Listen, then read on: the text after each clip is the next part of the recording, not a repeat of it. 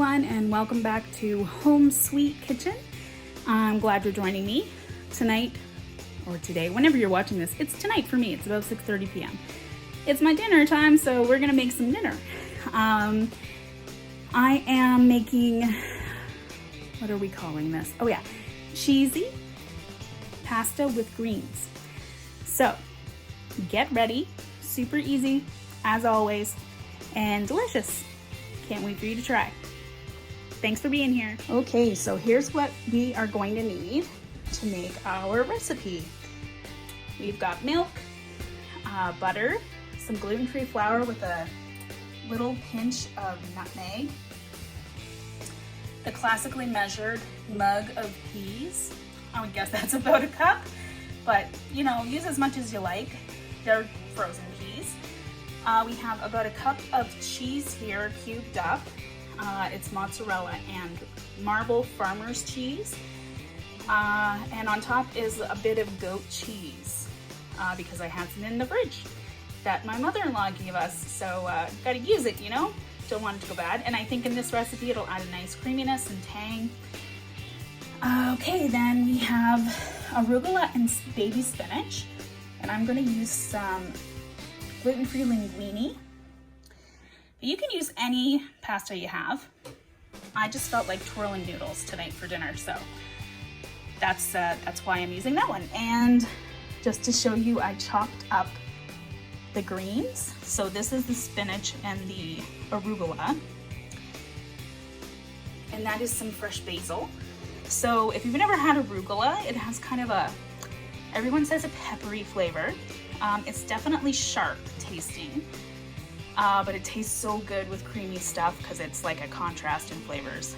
Spinach is, you know, more subtle green flavor, and basil's kind of a licoricey flavor, but brighter if you've never tried it. So let's get started. And you guys are gonna be excited because I'm gonna use my tripod instead of just wobbling my camera around at you. All right, first step, we're gonna start with the roux. Okay, so let's get started on our roux. I've got my pan, or pot as it happens, on medium heat. So a roux is a way to thicken a sauce. It's a French technique. And what it is equal parts fat and flour.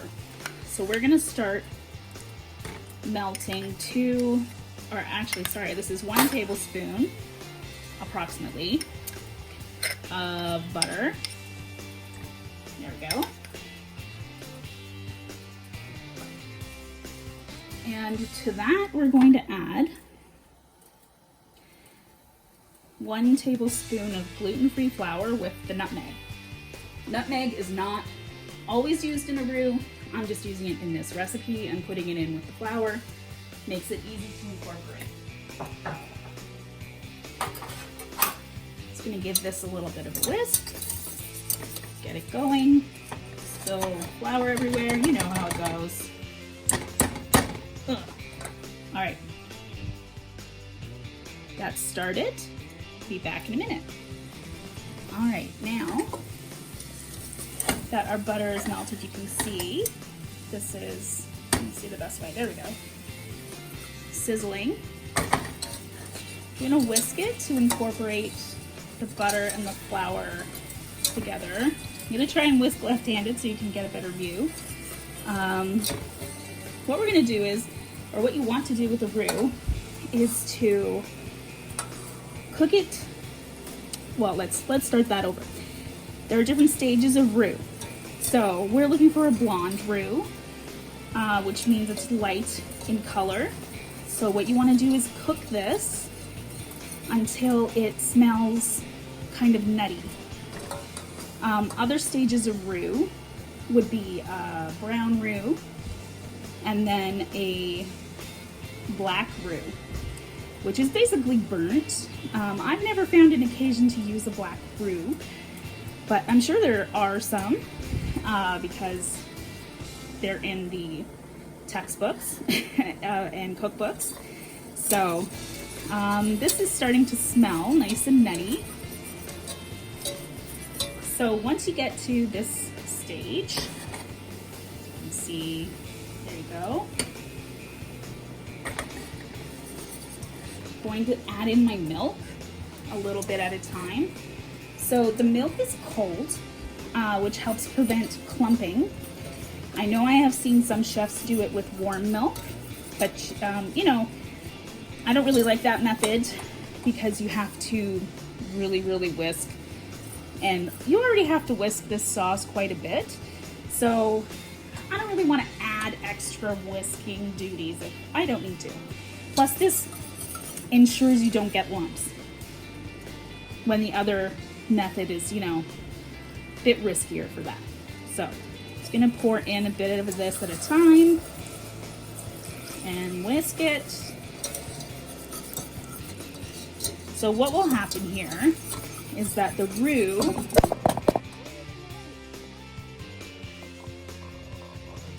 all right, well, I guess I'm sorry about that. I'm going to have to abandon my tripod. Oh geez, see, this is why we need to add our milk in.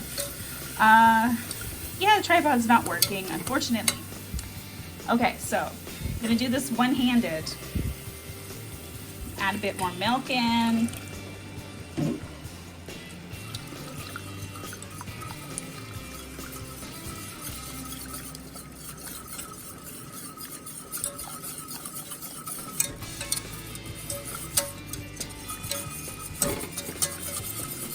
Whisk it to keep out the clumps, because now it was getting a little over thick when we lost our tripod. Over here on the other side, we've got a pot boiling for our pasta. So I'm gonna put that on. Basically what you keep doing is you're gonna keep adding your milk and you're gonna keep whisking. And I'll come back when that stage is all finished. I'm gonna put the pasta on now. Okay, finished adding all the milk in. You see it's nice and frothy. What we're doing is waiting for it to come up to a simmer. I don't know if anyone has fallen for this trick, but never walk away from your milk on the stove because it will inevitably burn. It's one of those things that, like making caramel, that if you turn your back, boom, it's all over. We'll take a little check-in on our pasta. It's doing well. The box indicated to cook it for 9 minutes. I'm cooking it for 8 minutes so that when we add the sauce in, it will absorb better into the pasta. Just another stir. Now, because I'm impatient and I'm cooking this for you, and I'm gonna eat my dinner, I turn this up a bit to number 8, medium high. If you decide to do that, supervise your pot carefully.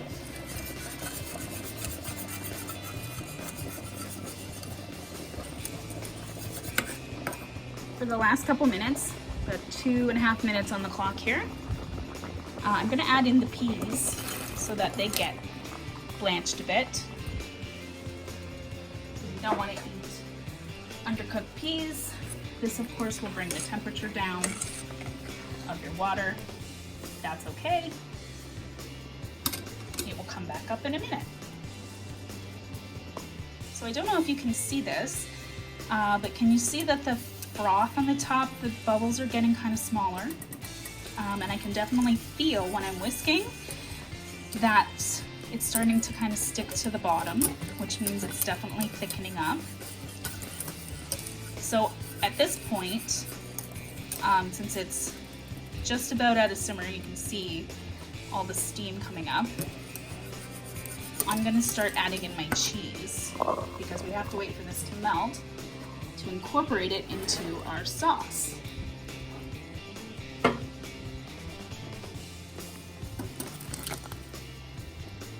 Sploosh. That goat cheese is already starting to melt from sitting in the heat, so that will be in the sauce very quickly.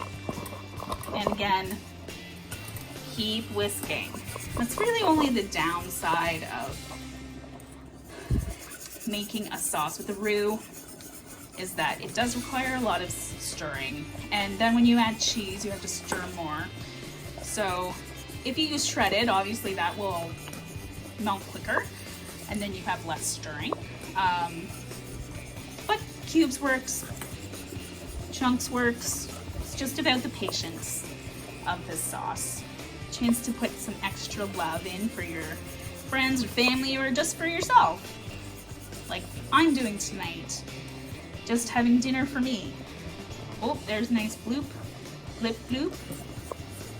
You can see the orange coming off of the farmer's cheese into the sauce. Yummy. All right, my pasta's about to beep.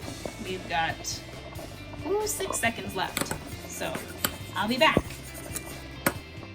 I have drained the pasta and the peas.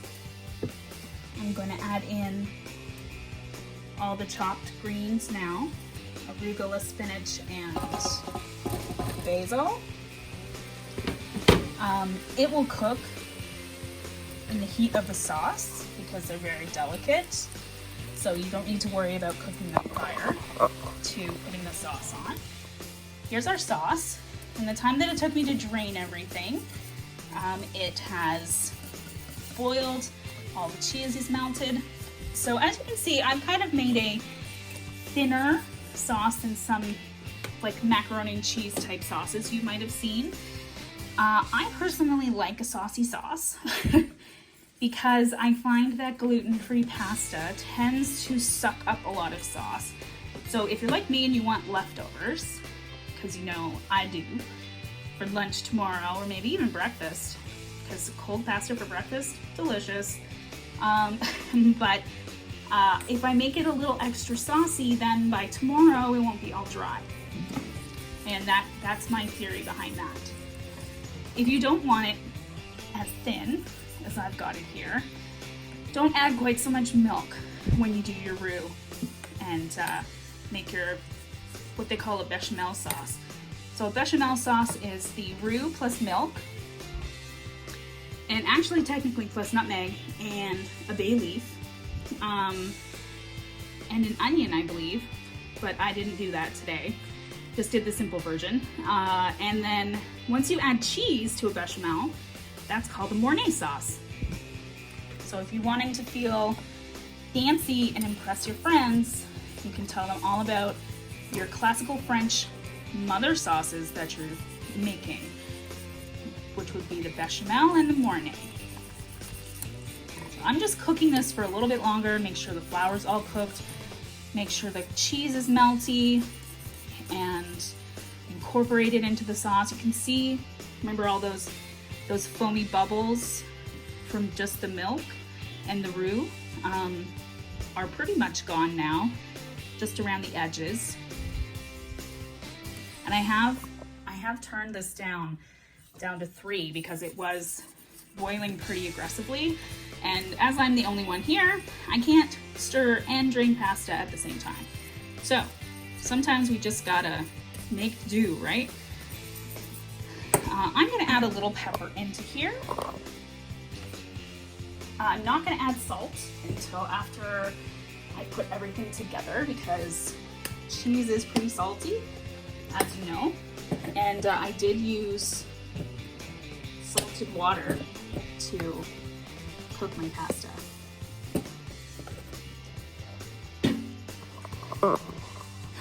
So at this point, once this is stirred in, I am going to pour this over the pasta.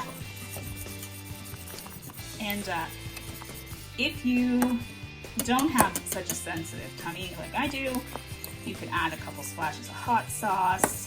I know my husband usually does when I make mac and cheese, he likes that.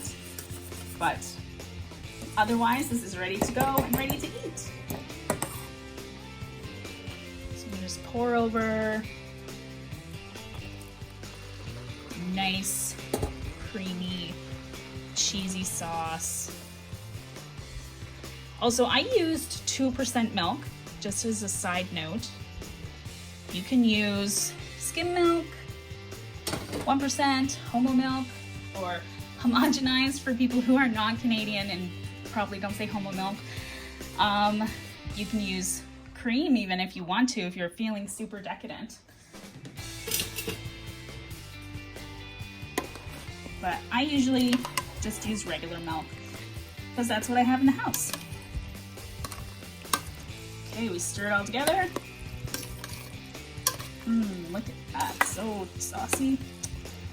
Oh, yum. So excited. Sorry, I'm sucking at this camera today. Please forgive me. Okay, I'm gonna plate it now. Our finished dish. Cheesy pasta with greens.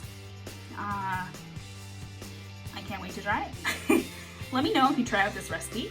I'd love to hear how it goes, or tag me on your videos at Home.SweetKitchen. And that's Home.SweetKitchen on Instagram. And I'm Whitney Sweet. I appreciate you watching and putting up with all the technical glitches and shenanigans going on today. Just one of those days, right? Real life, as I promised. Okay, everyone have a good evening and enjoy your dinners.